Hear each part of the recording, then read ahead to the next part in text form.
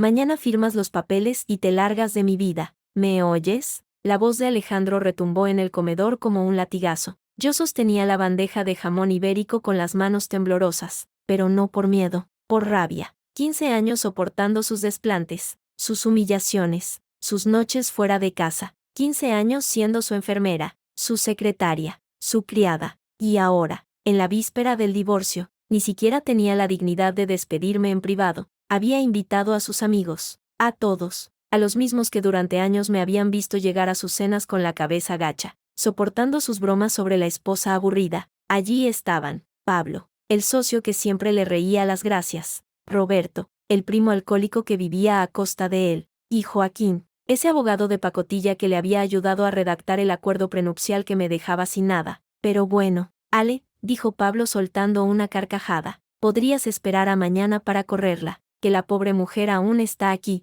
¿Pobre mujer? Alejandro se levantó de la silla y caminó hacia mí con esa sonrisa de depredador que tanto conocía. Esta no es ninguna pobre mujer, es una sanguijuela, 15 años chupándome la sangre, viviendo a mi costa, sin trabajar, sin aportar nada, y encima se atreve a pedirme la mitad de lo que tengo. Las risas estallaron alrededor de la mesa. Yo bajé la mirada, apretando los dientes. No podía hablar. No todavía. Mírala, continuó él, señalándome con el dedo. Ahí está, callada como siempre. Así ha sido toda su vida, callada, sumisa, inútil. Ni siquiera fue capaz de darme un hijo. ¿Para qué coño sirve una mujer que no puede parir? El golpe fue directo al estómago. Literalmente sentí que me faltaba el aire. Ese era su golpe favorito, el que siempre utilizaba cuando quería verme sangrar. Lo sabía todo sobre mis abortos espontáneos, sobre las noches en vela llorando en el baño, sobre la humillación de sentirme incompleta, y lo usaba como un arma,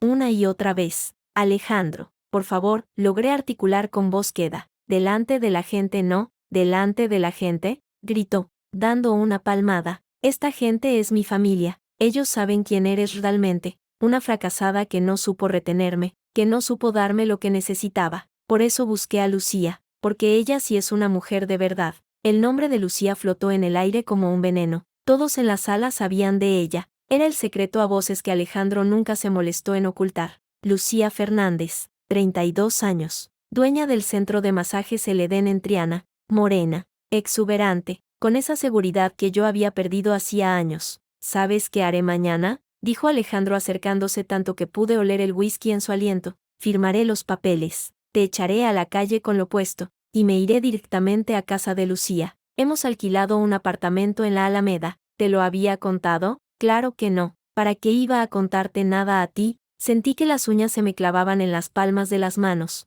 Mantén la calma, Olga. Respira. Todavía no. Alejandro. Cariño, intervino Joaquín, el abogado. No te pongas así. Mañana será un día largo. Bebe algo. Relájate. Tienes razón, exclamó él, volviendo a su sitio. Tráeme la botella de whisky, mujer, la que compré ayer. La buena, no esa mierda que tienes en la cocina. Me giré lentamente y caminé hacia la cocina. Mis piernas temblaban, pero no de debilidad, de tensión contenida. Abrí el armario donde había escondido la botella esa misma mañana. Johnnie Walker Blue Label, la más cara, 60 grados de alcohol. La había comprado en una tienda especializada, pagando en efectivo para que no quedara rastro. Volví al comedor con la botella en las manos. Alejandro la vio y sonrió. Eso es. Sírveme. Le serví un vaso generoso, lleno hasta el borde. Él lo cogió y bebió la mitad de un trago. ¿Veis?, dijo dirigiéndose a sus amigos. Para algo sirve, para servir copas.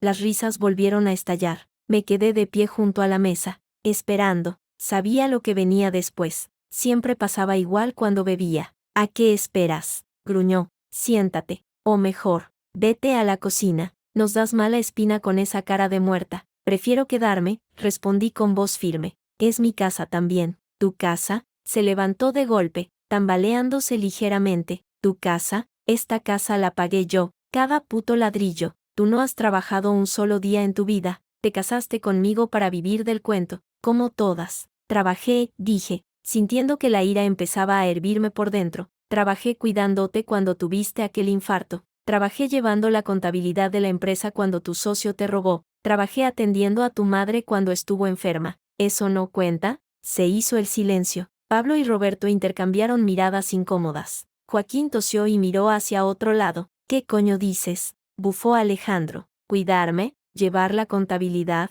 Tú no sabes hacer nada. Eres una inútil. Siempre lo has sido. Entonces, ¿por qué tu empresa no quebró cuando te digitaron? Pregunté, sintiendo que el momento llegaba. ¿Por qué tu madre te habla de mí con cariño? ¿Por qué los médicos dijeron que sin mis cuidados no habría sobrevivido? Alejandro se quedó quieto. Sus ojos se entrecerraron. ¿Qué estás insinuando? Nada. Solo digo que quizá no soy tan inútil como crees. Eres una mentirosa, gritó, dando un puñetazo en la mesa, siempre haciéndote la víctima, como si fueras una santa. Pues déjame decirte algo, mañana te vas con una mano delante y otra detrás. El acuerdo prenupcial es sólido. Joaquín lo redactó. No te llevas ni un euro. Miré a Joaquín. El abogado desvió la mirada. Sabía que era cierto. ¿Y sabes qué? Continuó Alejandro, cada vez más alterado. Esta noche voy a celebrarlo como Dios manda. Lucía me espera, y vamos a follar como animales, cosa que contigo nunca pude hacer, porque eres fría,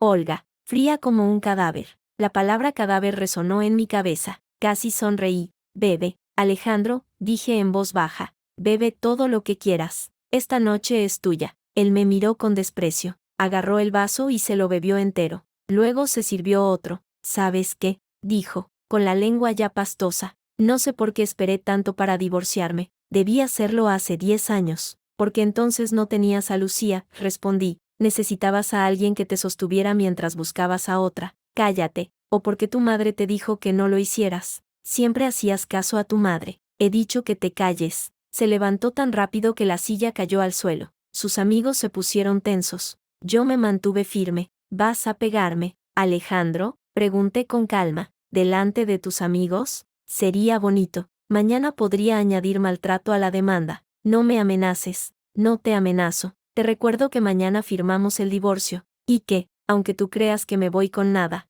la ley es la ley. Llevo 15 años casada contigo. Tengo derechos. No tienes nada, vociferó, acercándose a mí con el vaso en la mano. Nada, ¿me oyes? Nada. Bebió otro trago. El tercero. Noté que su rostro se enrojecía, que respiraba con dificultad. El corazón. Siempre el corazón. Alejandro. Cálmate, dijo Pablo, poniéndose de pie. Tienes que tomarte la medicación. No necesito ninguna medicación, rugió él. Ella me decía que la tomara para tenerme controlado, para hacerme dependiente. No digas tonterías, intervine. La medicación es para tu corazón. Llevas años tomándola. Y la dejé, gritó, orgulloso. Desde que conocí a Lucía dejé de tomarla. Ella me dijo que era veneno, que me estabas envenenando. Mis ojos se abrieron ligeramente. ¿Así que Lucía le había dicho eso? ¡Qué ironía! No era veneno, dije con voz suave. Era tu vida, mi vida es mía, bramó, dando un paso hacia mí, y decido yo lo que hago con ella. Se llevó el vaso a los labios y bebió el resto.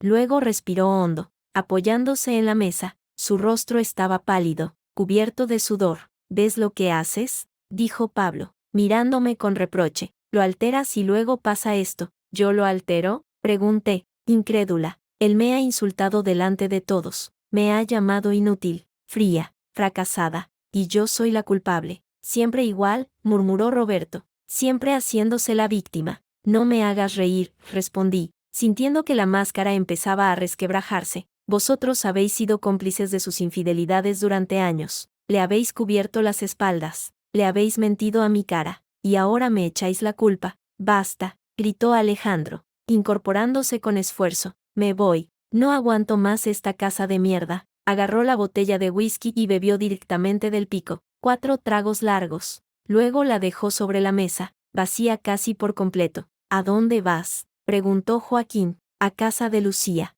A celebrar mi libertad. Se dirigió hacia la puerta, tambaleándose. Antes de salir, se giró hacia mí. Mañana a las 10, en el juzgado. No llegues tarde, y no se te ocurra ponerte guapa. No vale la pena. La puerta se cerró de golpe. Sus amigos se levantaron, incómodos, y salieron detrás de él sin despedirse. Me quedé sola en el comedor, la botella vacía sobre la mesa, los vasos sucios, las servilletas arrugadas, todo el desastre de 15 años resumido en una noche. Caminé hacia la ventana y vi cómo Alejandro subía a su coche, un Audi negro último modelo, el que yo le había ayudado a elegir. arrancó con un rugido y desapareció calle abajo. Entonces, por primera vez en horas, sonreí, saqué el móvil del bolsillo del delantal, marqué un número. Doctor Jiménez, soy Olga. Sí, lo sé, es tarde, pero quería confirmar que todo está listo para mañana. Escuché su voz al otro lado. Perfecto, gracias. Colgué. Luego marqué otro número. Sergio, soy Olga. ¿Lo tienes todo? La voz de Sergio, el investigador privado, sonó clara. Todo, señora Moreno. Fotos, videos, mensajes. Incluso conseguí los registros de las llamadas y los movimientos bancarios. Tiene suficiente para hundirlo. Bien, mañana lo necesitaré todo. Una cosa más, señora Moreno. He estado siguiendo a Lucía. Su centro de masajes tiene problemas, muchas deudas. Estaba presionando a su marido para que le firmara un contrato de arrendamiento a su nombre. Interesante. ¿Tienes pruebas? Sí, documentos falsificados. Intentó hacerle firmar unos papeles haciéndole creer que eran seguros de vida. Sonreí de nuevo. La trampa se cerraba. Gracias, Sergio. Mañana te llamo. Colgué y miré la botella vacía. 60 grados de alcohol, suficiente para disparar cualquier problema cardíaco, y Alejandro llevaba 6 meses sin medicación. 6 meses desde que descubrí su infidelidad y dejé de ponerle las pastillas en el desayuno. 6 meses desde que empecé a planificar todo esto. No era una santa. Nunca lo fui, pero tampoco era la idiota que todos creían. Subí las escaleras lentamente. Entré en el dormitorio que había compartido con Alejandro durante 15 años. Abrí el armario y saqué una maleta. Empecé a meter mis cosas, pero no muchas. Mañana volvería a por el resto. Mañana sería la dueña de todo. Sonó el teléfono. Era el hospital. ¿Señora Moreno? Sí, dígame. Su esposo ha sufrido un accidente. Se encuentra en el centro de masajes El Edén. Ha sido trasladado de urgencia al Hospital Virgen del Rocío. Debe venir inmediatamente. ¿Un accidente? Pregunté, fingiendo preocupación. ¿Qué ha pasado? Lo sentimos, señora. No podemos dar detalles por teléfono. Solo sabemos que ha sufrido un paro cardíaco mientras se bañaba. Dios mío, susurré. Voy para allá. Colgué y me quedé quieta un momento. Paro cardíaco. Tal y como había previsto. Pero no fui al hospital. En lugar de eso, llamé a mi abogado de nuevo. Doctor Jiménez, ¿ha ocurrido algo? Alejandro ha muerto. Silencio al otro lado. ¿Muerto? ¿Cómo? Paro cardíaco. En el centro de masajes de Lucía. Dios santo. Olga, ¿estás bien? Estoy bien, respondí, pero necesito que prepare los documentos. La herencia, todo. Olga, ¿acaba de morir tu marido? Lo sé, y mañana firmábamos el divorcio, pero no llegamos a firmarlo, así que legalmente sigo siendo su esposa, y tengo derecho a todo. Olga, doctor Jiménez, he esperado 15 años para este momento, no pienso esperar ni un minuto más. Colgué y miré por la ventana. Las luces de Sevilla brillaban en la distancia. En algún lugar de la ciudad, Lucía estaría siendo interrogada por la policía, su centro de masajes clausurado, su vida hecha pedazos. Y yo, Olga Moreno, la mujer invisible, la esposa sumisa, la fracasada, estaba a punto de heredarlo todo. La noche antes del divorcio, Alejandro había celebrado su libertad, y había muerto celebrándola. ¡Qué ironía! ¡Qué hermosa ironía! Apagué la luz del dormitorio y bajé a la cocina. Me serví una copa de vino tinto, la mejor botella de la bodega de Alejandro. Brindé sola, frente a la ventana, por ti, Alejandro, por enseñarme que a veces, la mejor venganza es dejar que el enemigo se destruya solo. Bebí lentamente, saboreando el momento. Mañana sería un día largo, pero valdría la pena. El teléfono volvió a sonar. Era el hospital otra vez. Señora Moreno, sentimos informarle que su esposo ha fallecido. Necesitamos que venga a identificar el cuerpo. Ahora mismo voy, dije con voz temblorosa, fingiendo sollozos. Colgué y sonreí. Mi actuación había comenzado. Salí de casa con el abrigo puesto, las llaves del coche en la mano. Antes de subir, miré hacia atrás. La casa donde había vivido 15 años de infierno. Mañana sería mía. La empresa sería mía. El dinero sería mío. Y Lucía, la mujer que me había robado a mi marido, sería la principal sospechosa de su muerte. La justicia divina, pensé, o simplemente, la justicia de Olga. Arranqué el coche y me dirigí al hospital, con el rostro compungido, las lágrimas ensayadas, el papel de viuda desconsolada perfectamente interpretado, pero por dentro estaba cantando. Por fin, después de 15 años, era libre. El Hospital Virgen del Rocío olía a desinfectante y a muerte. Caminé por el pasillo de urgencias con el rostro desencajado, los hombros caídos, el paso lento y torpe. Había ensayado esta escena tantas veces en mi mente que me salía natural, casi real. Señora Moreno, dijo una enfermera joven, de esas que aún creen en la compasión, lo siento mucho. Su esposo, no pudieron reanimarlo. Apreté los labios. Dejé caer una lágrima justo en el momento preciso, ni muy pronto, que parecería falso, ni muy tarde, que parecería indiferente. 15 años de matrimonio con Alejandro me habían enseñado a medir cada gesto, cada emoción, cada palabra. ¿Puedo verlo?, pregunté con voz temblorosa. No se lo recomiendo.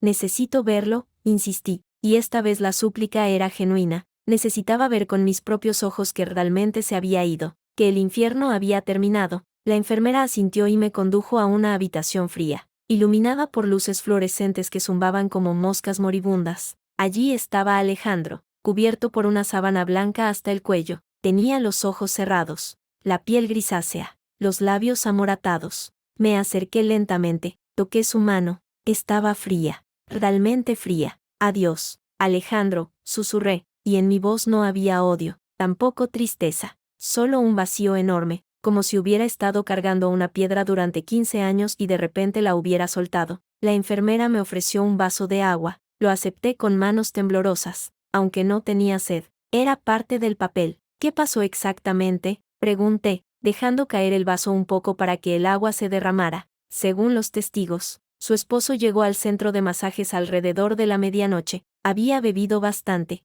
La dueña, una tal Lucía Fernández, lo metió en el jacuzzi. Hubo una pelea en la entrada del local y ella tuvo que bajar. Cuando volvió, él estaba inconsciente en el agua. ¿Cuánto tiempo tardó en volver? La enfermera dudó. Unos 40 minutos, según declaró ella. ¿40 minutos? Repetí, dejando que la indignación tiñera mi voz. ¿Y nadie fue a ver cómo estaba? La dueña dice que él estaba bien cuando lo dejó, que solo iba a estar un momento. Borracho como iba, dije, negando con la cabeza. Borracho y con el corazón débil. Y ella lo dejó solo en el agua caliente. La enfermera no respondió. No podía, pero en sus ojos vi lo que necesitaba. Compasión hacia mí, condena hacia Lucía. ¿Hay algún policía que pueda hablar conmigo?, pregunté. Sí, el agente Muñoz está esperando fuera. Quiere hacerle unas preguntas. Salí de la habitación sin mirar atrás. No necesitaba hacerlo. Alejandro ya era parte del pasado. El agente Muñoz era un hombre de unos 50 años, canoso, con cara de haberlo visto todo. Me recibió en una sala pequeña, con una grabadora sobre la mesa y una libreta abierta. Señora Moreno, lamento su pérdida. Sé que es un mal momento, pero necesito hacerle algunas preguntas. Lo entiendo, dije, secándome una lágrima inexistente. Haré lo que pueda para ayudar. ¿Sabía usted que su marido tenía problemas cardíacos? Sí, hace 6 años tuvo un infarto leve. Desde entonces tomaba medicación, pero, desde que empezó su relación con Lucía, dejó de tomarla. Decía que yo lo envenenaba. Dejé caer la frase con cuidado, como quien suelta una bomba sin querer. El agente Muñoz levantó una ceja. ¿Que usted lo envenenaba? ¿Por qué decía eso? Porque ella se lo dijo. Lucía le convenció de que yo le daba las pastillas para tenerlo controlado, para hacerlo dependiente de mí. Suspiré profundamente. Yo solo quería cuidarlo, pero él no me escuchaba. Prefería creerle a ella. ¿Tiene pruebas de eso? Tengo mensajes, muchos mensajes. Y también tengo los informes médicos que demuestran que necesitaba la medicación. El agente asintió, tomando notas. ¿Y usted sabía que él iba a ir al centro de masajes esta noche?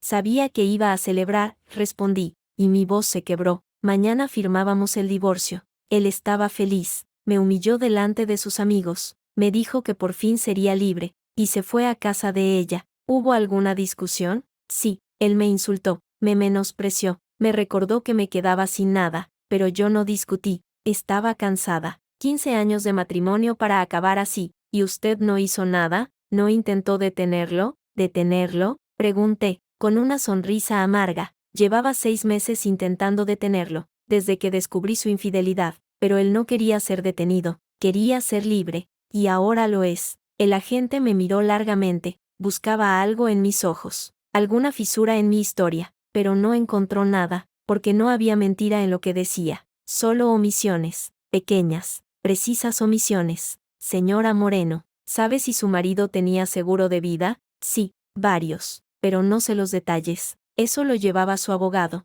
¿Y usted es la beneficiaria? Supongo que sí. No hemos llegado a firmar el divorcio. Legalmente, sigo siendo su esposa. El agente anotó algo más. Luego cerró la libreta. De momento, eso es todo. Si necesitamos algo más, la llamaremos. ¿Van a acusar a Lucía de algo? Pregunté, con fingida inocencia. Eso lo decidirá el juez, pero de momento, hay indicios de negligencia. Permitir que un cliente ebrio use un jacuzzi sin supervisión es peligroso, y más si ese cliente tiene problemas cardíacos. Ella sabía lo de su corazón, dije, y mi voz se endureció ligeramente. Él se lo contó todo. Ella sabía que tenía que tomar medicación, y aún así, le animó a dejarla. ¿Cómo sabe eso? Porque él me lo dijo. En una de nuestras discusiones, me gritó, Lucía dice que no necesito tus pastillas, que me estás envenenando. El agente asintió, añadiendo la información a sus notas. Salí del hospital cerca de las 3 de la madrugada. El aire fresco de la noche me golpeó el rostro y sentí que podía respirar por primera vez en horas. Me subí al coche, pero no arranqué. Me quedé allí,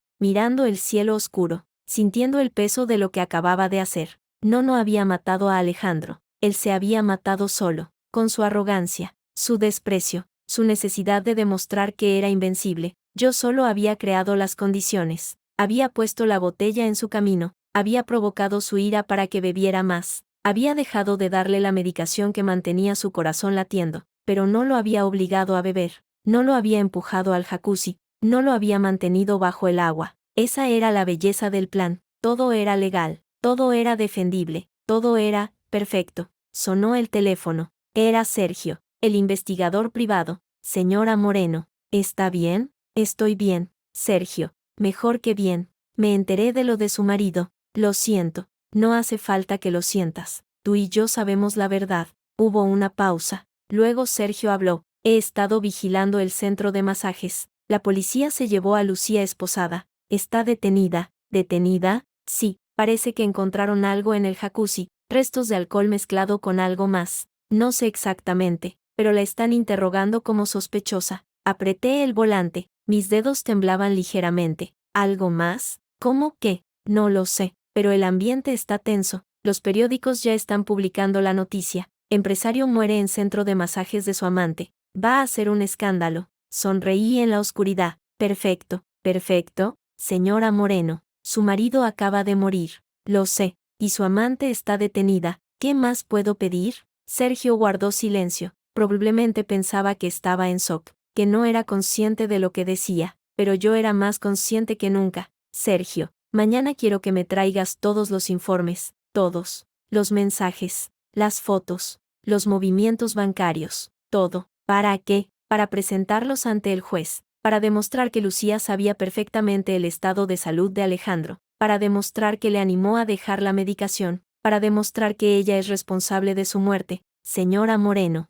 ¿eso es justicia? Completé. Sí, Sergio, eso es justicia. Llegué a casa pasadas las 4. La casa estaba vacía, silenciosa. Los restos de la cena seguían sobre la mesa, los vasos sucios, las servilletas arrugadas, la botella vacía de whisky, todo exactamente como lo había dejado. Me senté en el sofá y miré a mi alrededor.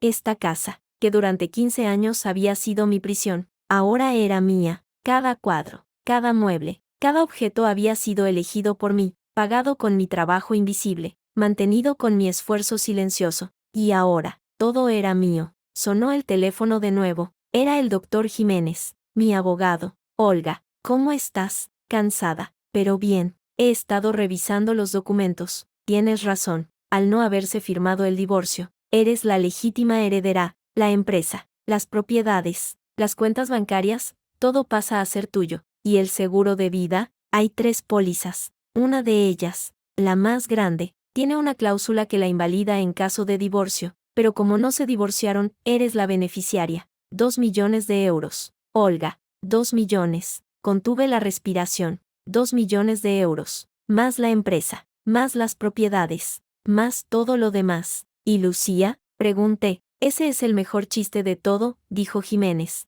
y pude oír la sonrisa en su voz. Resulta que Alejandro le había prometido que la incluiría en el testamento, pero nunca lo hizo. Ella se queda sin nada, y además, como su negocio operaba sin licencia, puedes demandarla por daños y perjuicios. ¿Demandarla? Claro. Su negligencia causó la muerte de tu marido. Puedes pedir una indemnización, y con las deudas que tiene, probablemente terminará en la calle. Cerré los ojos. Todo estaba saliendo mejor de lo que había planeado. A la mañana siguiente, me desperté temprano. El sol entraba por las ventanas, iluminando el polvo que flotaba en el aire. Me levanté, me duché, me vestí con un traje negro sencillo. Hoy tenía que parecer la viuda perfecta. Antes de salir, llamé a la madre de Alejandro, doña Carmen, una mujer de 70 años que siempre me había tratado como a una hija. Mamá, dije, y mi voz se quebró de forma natural. Ha pasado algo terrible. Ya lo sé, hija. Me llamaron del hospital. Estoy destrozada.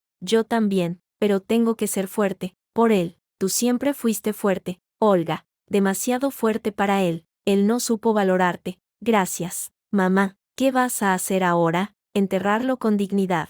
Y luego, seguir adelante. ¿Y esa mujer, la que lo mató? La justicia se encargará de ella. Doña Carmen suspiró al otro lado. Ten cuidado, hija. La venganza es un camino peligroso. No es venganza, mamá, es justicia. Colgué y salí de casa. El coche me esperaba en la puerta. El sol brillaba alto, calentando las calles de Sevilla. Un día perfecto para empezar una nueva vida. El juzgado estaba lleno de periodistas. Habían olfateado la sangre. El empresario adúltero muerto en la cama de su amante. La esposa engañada convertida en viuda millonaria. La amante detenida como sospechosa. Era la historia perfecta para la prensa amarilla. Caminé entre ellos con la cabeza gacha, el rostro compungido, sin responder a las preguntas que me lanzaban como dardos. Señora Moreno, ¿cómo se siente? Señora Moreno, ¿va a denunciar a la amante? Señora Moreno, ¿sabía que su marido iba a morir? Esta última pregunta me hizo detenerme. Me giré lentamente hacia el periodista que la había formulado,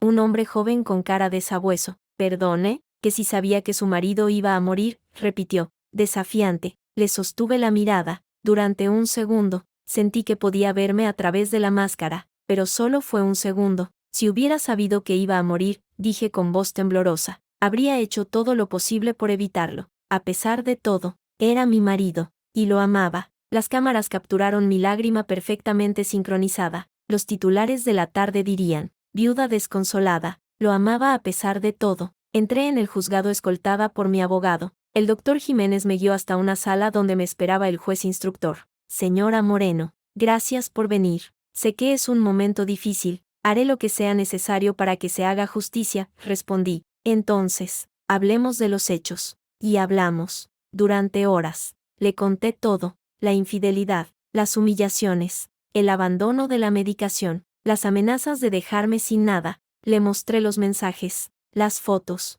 los informes médicos. Le expliqué que Lucía sabía perfectamente el estado de salud de Alejandro y que, aún así, le había animado a beber y a usar el jacuzzi. Cuando terminé, el juez me miró con una mezcla de compasión y admiración. Señora Moreno, ha sido muy valiente al venir aquí y contar todo esto. No es valentía, señoría, es necesidad. Necesito que se sepa la verdad. ¿Y cuál es la verdad? Que mi marido murió por su propia arrogancia, y que ella, Lucía Fernández, fue cómplice necesaria de esa muerte. El juez asintió lentamente. Tendremos que investigar más a fondo, pero de momento, la señorita Fernández permanecerá detenida. Salí del juzgado con la cabeza en alto. Los periodistas me acosaron de nuevo, pero esta vez no respondí. Me limité a subir al coche y alejarme. Esa noche, sola en casa, me senté frente al espejo. Me miré largamente. La mujer que veía no era la misma que había empezado esta historia. Aquella Olga era sumisa, callada, temerosa. Esta Olga era fuerte,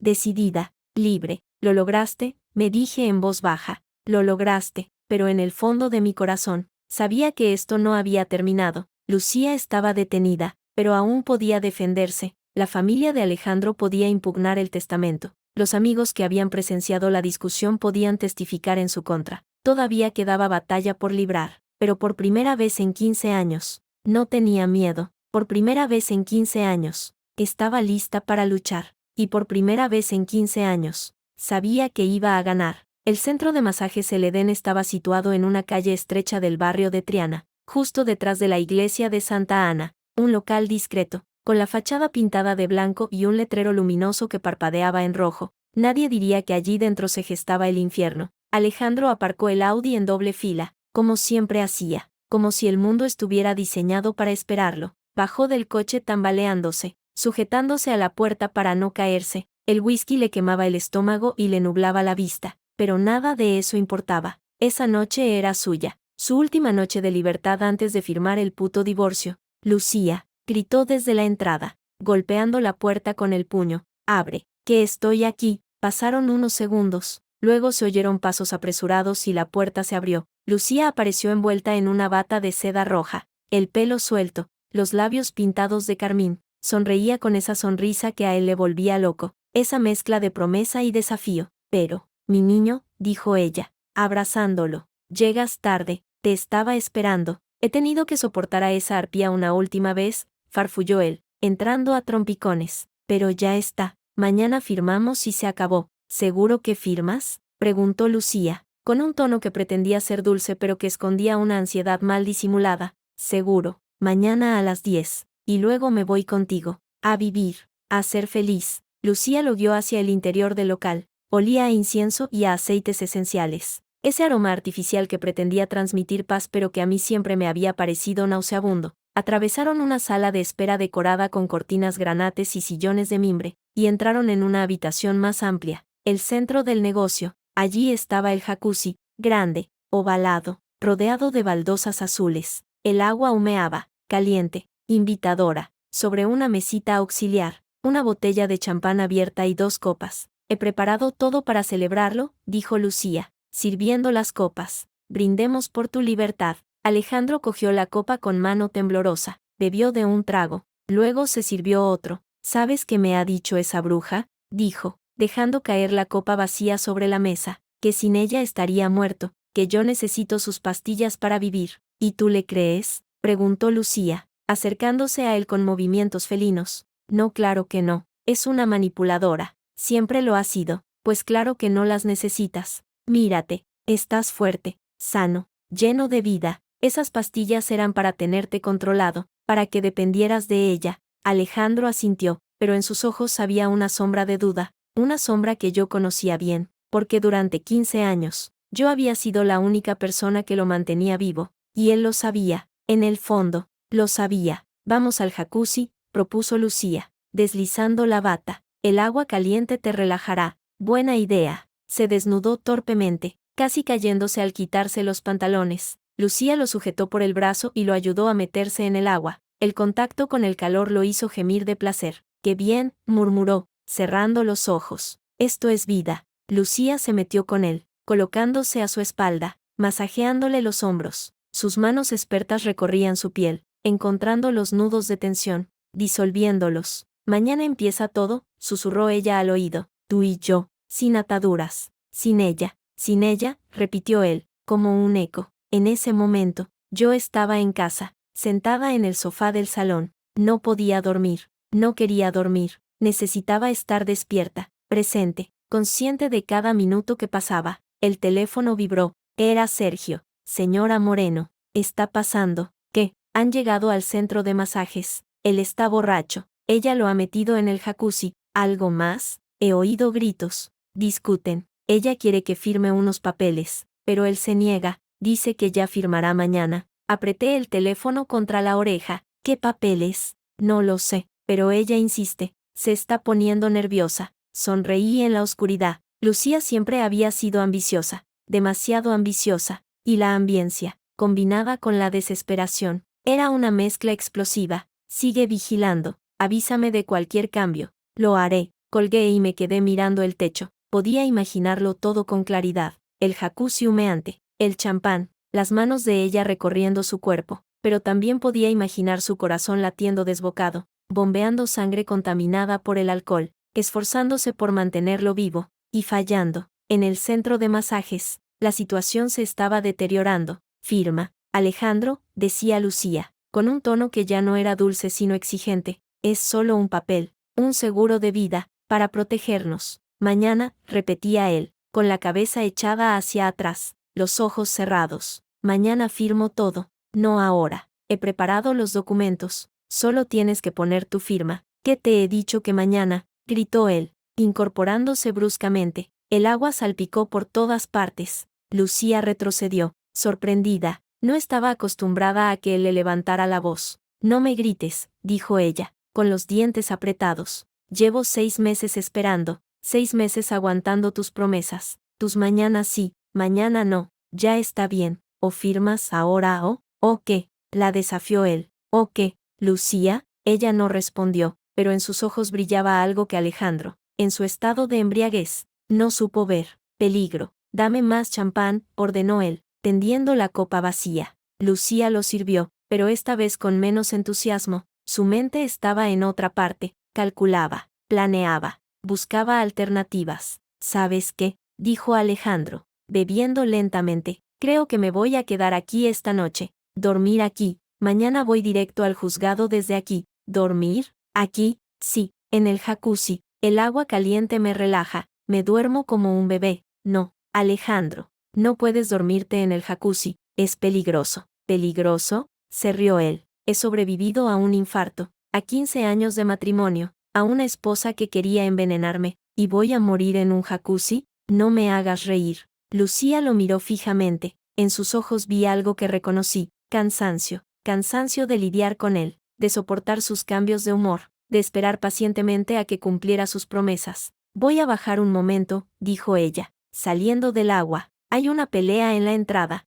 Un cliente borracho. ¿Otra pelea? Refunfuñó él. Siempre hay peleas en este sitio. Es el negocio, respondió ella, envolviéndose en la bata. Vuelvo enseguida. No te duermas. No me duermo, mintió él. Ella salió de la habitación. Sus pasos se alejaron por el pasillo. Se oyó el ruido de la puerta principal al abrirse. Luego voces, discusiones, gritos. Alejandro se quedó solo en el jacuzzi. El agua caliente lo envolvía como un útero. El alcohol le pesaba en los párpados. La música ambiental, una melodía New Age con sonidos de olas, lo mecía hacia el sueño. Luchó por mantenerse despierto. Pensó en Lucía, en su cuerpo, en sus promesas. Pensó en el divorcio, en la libertad, en la nueva vida que le esperaba, pero también pensó en mí, pensó en mis manos preparándole la cena, en mi voz llamándolo para recordarle la medicación, en mis ojos mirándolo con esa mezcla de amor y resignación que él nunca supo interpretar. Olga, susurró, y fue la primera vez en meses que pronunciaba mi nombre sin odio, pero ya era tarde. El corazón le dio un vuelco, un dolor agudo le atravesó el pecho, como un cuchillo clavado entre las costillas.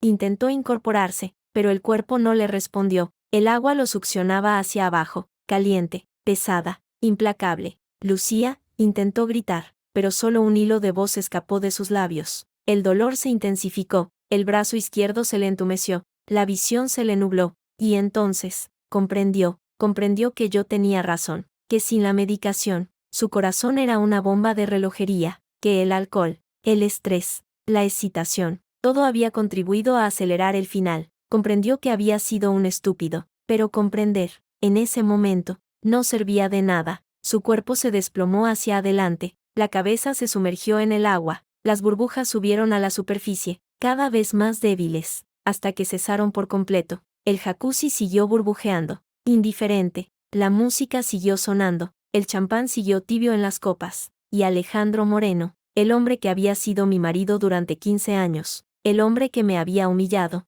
engañado, despreciado, el hombre que creía que el mundo le pertenecía, se quedó flotando boca abajo en el agua caliente, solo. Pasaron 40 minutos en los que Lucía resolvió la pelea, calmó al cliente borracho, llamó a la policía para que se lo llevaran, y habló por teléfono con su hermana contándole que por fin, mañana, Alejandro firmaría el dichoso papel. 40 minutos en los que yo, en casa, miré el reloj una y otra vez, sintiendo como el tiempo se estiraba como un chicle. 40 minutos en los que Alejandro estuvo muerto, y nadie lo supo. Finalmente, Lucía subió las escaleras, empujó la puerta de la habitación. Alejandro, ya está, comenzó a decir, y se quedó helada. El jacuzzi seguía funcionando, el agua seguía caliente, pero Alejandro no respondía, flotaba inmóvil, la cara oculta bajo el agua, los brazos extendidos a los lados como un Cristo crucificado en líquido. Alejandro, gritó ella, corriendo hacia el jacuzzi. Alejandro, despierta, lo agarró por los hombros, intentó sacarlo, pero el cuerpo pesaba demasiado, el agua salpicó por todas partes, empapando su bata, el suelo, las paredes. Ayuda, que alguien ayude, chilló, pero no había nadie más en el local. Los empleados se habían ido hacía horas. Con un esfuerzo sobrehumano, logró sacarlo del agua, lo tumbó en el suelo, intentó hacerle el boca a boca, pero no sabía cómo. Sus manos temblaban, sus ojos se llenaban de lágrimas, su mente se negaba a aceptar lo que estaba viendo. No, no, no, repetía como una letanía. No puedes morirte, no ahora. Mañana firmas, mañana empezamos nuestra vida. No puedes, pero podía, y lo había hecho. Llamó a emergencias. La ambulancia llegó en 10 minutos, pero ya era tarde. Los paramédicos intentaron reanimarlo durante 20 minutos, pero el corazón no respondía. Lo siento, señora, dijo uno de ellos, cubriendo el cuerpo con una sábana. No hemos podido hacer nada. Lucía se derrumbó, cayó de rodillas junto al cadáver, agarrando la sábana, sollozando desconsoladamente. No puede ser, pero era. La policía llegó media hora después. El agente Muñoz, el mismo que me interrogaría más tarde en el hospital, fue el primero en entrar en la habitación. ¿Quién es ella?, preguntó a uno de los agentes. Lucía Fernández, la dueña del local, y, según parece, la amante del fallecido. Muñoz observó la escena, el jacuzzi, el champán, las copas, el cuerpo cubierto. Luego se acercó a Lucía, que seguía de rodillas, temblando. Señorita Fernández, necesito hacerle unas preguntas. Yo no he sido, dijo ella, levantando la mirada. Él estaba borracho. Se durmió. Yo bajé a resolver una pelea. Cuando volví, ¿cuánto tiempo estuvo fuera? No sé, 20 minutos, media hora, y lo dejó solo, sabiendo que había bebido. Él dijo que no se dormiría, pero se durmió. Lucía no respondió, bajó la cabeza y rompió a llorar de nuevo. Muñoz suspiró, luego se giró hacia uno de los agentes. Registrad el local, buscad documentos, papeles, todo lo que encontréis, y llamad a la esposa. Hay que informarle. Cuando sonó el teléfono en mi casa, eran las 2:30 de la madrugada. Lo dejé sonar 3 veces antes de contestar, para simular que me había despertado. Diga, señora Olga Moreno. Sí, soy yo, soy el agente Muñoz, de la Policía Nacional. Lamento informarle que su esposo, don Alejandro Moreno, ha fallecido. Hubo un silencio que yo alargué deliberadamente, dejando que la noticia flotara en el aire. ¿Cómo?, pregunté al fin, con voz temblorosa. ¿Cómo ha sido? Parece un paro cardíaco. Ocurrió en el centro de masajes El Edén, en Triana. ¿En el centro de masajes?, repetí, dejando que la incredulidad tiñera mis palabras. ¿Con ella? Sí, señora, con la dueña del local. Cerré los ojos,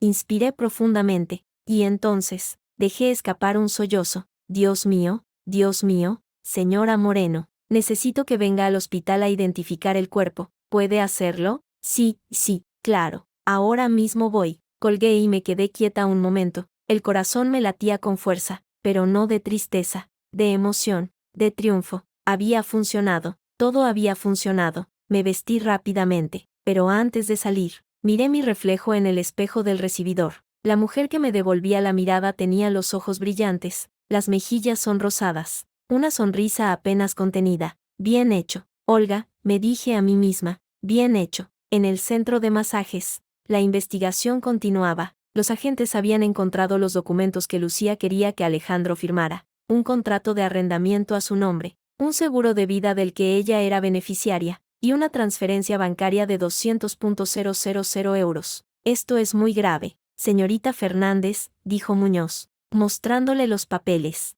Usted estaba presionando al fallecido para que firmara estos documentos. Eran para nuestro futuro, se defendió ella. Íbamos a empezar una vida juntos. ¿Y sabía usted que el fallecido tenía problemas cardíacos? Lucía dudó, solo un segundo, pero fue suficiente. Sí, lo sabía. ¿Y sabía que había dejado la medicación? Él me dijo que no la necesitaba, que su esposa lo envenenaba. ¿Y usted le creyó? Yo, no sé. Él estaba convencido. Muñoz negó con la cabeza. Señorita Fernández, la voy a detener. Tiene derecho a guardar silencio y a llamar a un abogado. ¿Detenerme? ¿Por qué? Por homicidio imprudente. Usted conocía su estado de salud, le sirvió alcohol a sabiendas de que estaba medicado, y lo dejó solo en un jacuzzi durante 40 minutos. Eso se llama negligencia. Pero yo no quería que muriera, gritó ella. Lo amaba. El amor no mata, señorita. La negligencia, sí, Los agentes la esposaron y se la llevaron. Mientras cruzaba la puerta del local, vio a los periodistas que ya se agolpaban en la entrada. Las cámaras flashes iluminaban su rostro desencajado, sus ojos enrojecidos, su bata de seda roja manchada de agua.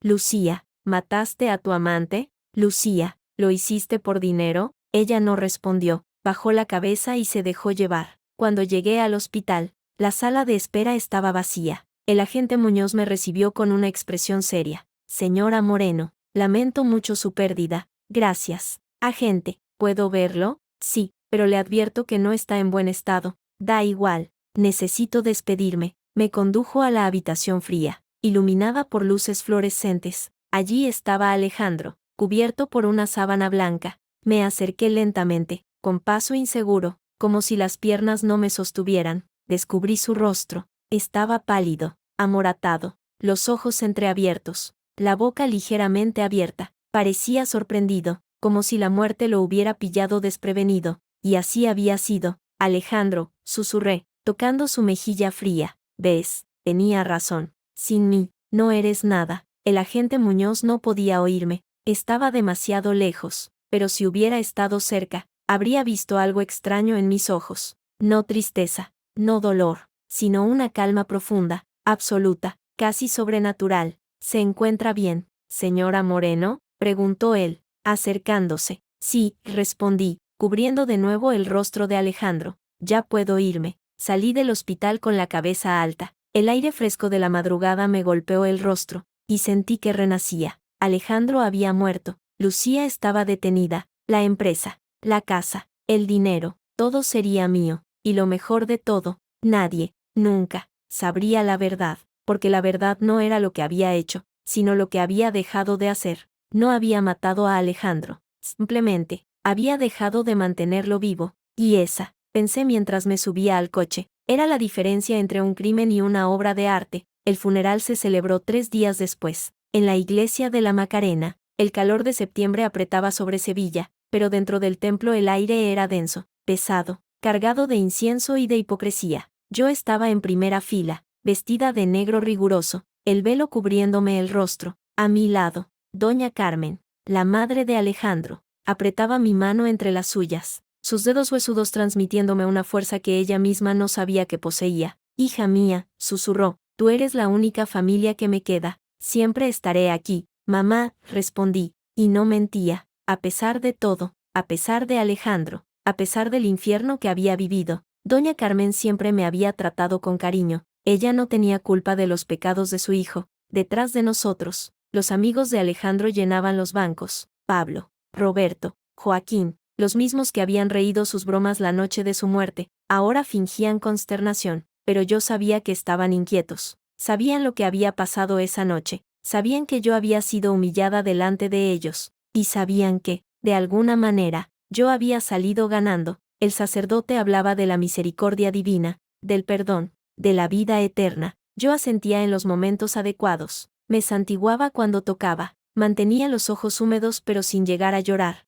Una viuda digna, serena, que afrontaba el dolor con entereza, pero por dentro, mi mente trabajaba a toda velocidad. Había recibido una llamada del doctor Jiménez esa misma mañana. Los documentos estaban listos, la empresa, las propiedades, las cuentas bancarias, los seguros de vida, todo pasaba a mi nombre, todo era mío. Pero también había recibido otra llamada, de Sergio, el investigador privado. Señora Moreno, hay un problema. ¿Qué clase de problema? Los amigos de su marido están hablando. Dicen que usted provocó la discusión esa noche, que sabía lo de su corazón, que quizá que, Sergio, quizá usted quería que pasara. Apreté el teléfono contra la oreja, mi voz se mantuvo firme. Ellos pueden decir lo que quieran, no tienen pruebas, no, pero pueden sembrar dudas. Y en un juicio, las dudas pueden ser suficientes. No va a haber juicio, Sergio. Lucía ya está condenada por la opinión pública, y yo soy la viuda desconsolada. ¿Quién va a creer a un grupo de borrachos que celebraron la infidelidad de mi marido? Sergio guardó silencio. Luego dijo, tiene razón, pero tenga cuidado,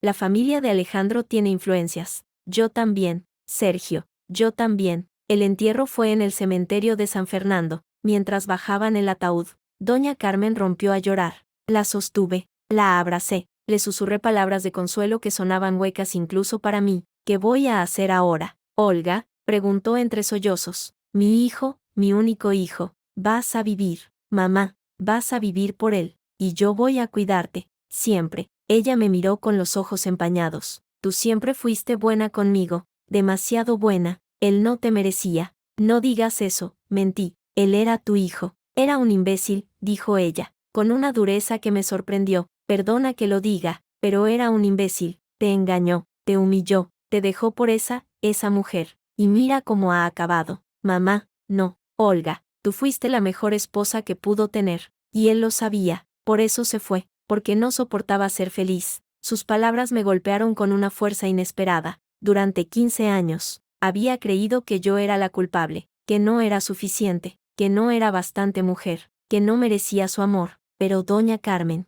con su sinceridad brutal, me estaba diciendo lo contrario. Gracias, mamá, susurré, y esta vez las lágrimas fueron reales. Al salir del cementerio, me abordaron los periodistas. Había una docena de ellos, con micrófonos y cámaras, ansiosos por conseguir la declaración de la viuda. Señora Moreno, ¿cómo se siente, señora Moreno? ¿Va a denunciar a la amante? Señora Moreno, ¿sabía que su marido iba a morir? Me detuve, miré al periodista que había hecho la última pregunta. Era el mismo del juzgado, el joven de cara de sabueso. ¿Por qué insiste en esa pregunta?, dije, con voz serena pero firme. Porque hay rumores, señora Moreno, rumores de que usted sabía que su marido tenía el corazón débil, rumores de que usted dejó de darle la medicación. El silencio se hizo entre los presentes. Doña Carmen apretó mi brazo. ¿Rumores?, repetí, esbozando una sonrisa triste. Los rumores son como las moscas, siempre van a la mierda, y hay mucha mierda en esta historia, pero no viene de mi lado. Entonces, ¿niega que supiera que su marido iba a morir? No sabía que iba a morir, dije, mirándolo directamente a los ojos, pero sí sabía que iba a matarse, con su estilo de vida, con su alcohol, con su arrogancia, solo que no esperaba que lo hiciera tan pronto. La respuesta dejó al periodista sin palabras. Los demás aprovecharon para lanzar más preguntas, pero yo ya me había girado y caminaba hacia el coche. Esa tarde, me reuní con el doctor Jiménez en su despacho. Era un hombre de 60 años, calvo, con gafas de pasta y una expresión que oscilaba entre la seriedad y la complicidad. Olga, siéntate, tenemos mucho que hablar. Dime, primero, lo bueno. La herencia está limpia, no hay impugnaciones posibles. La empresa, las propiedades, los seguros, todo es tuyo. ¿Y lo malo? Lo malo es que los amigos de Alejandro están presionando. Han contratado a un abogado, un tal García Lorca, muy conocido en Sevilla. Quieren abrir una investigación. ¿Sobre qué? Sobre la muerte de Alejandro. Alegan que hubo negligencia por parte de Lucía, pero también insinúan que usted podría haber tenido algo que ver. Yo puse cara de sorpresa. ¿Qué podía haber hecho yo? No lo sé, pero ellos sugieren que usted sabía que él iba a beber esa noche, que usted provocó la discusión para que bebiera más, que usted había dejado de darle la medicación a propósito. Eso es ridículo, dije, negando con la cabeza. Yo le daba la medicación todos los días. Él decidió dejarla cuando se fue con Lucía. Tengo mensajes que lo demuestran. ¿Mensajes? Sí, él me escribió varias veces diciendo que no quería mis pastillas, que Lucía le había dicho que eran veneno. Tengo capturas de todo. Jiménez asintió, visiblemente aliviado. Eso es bueno, muy bueno, pero necesito que me des todo eso. Y también necesito que hables con la policía. Van a citarte para declarar. No tengo problema, no tengo nada que ocultar. Mentía, pero mentía bien. 15 años de matrimonio con Alejandro me habían enseñado a mentir como respiraba. 3 días después, me citaron en comisaría. El agente Muñoz me recibió en la misma sala donde me había entrevistado la noche de la muerte de Alejandro. Señora Moreno,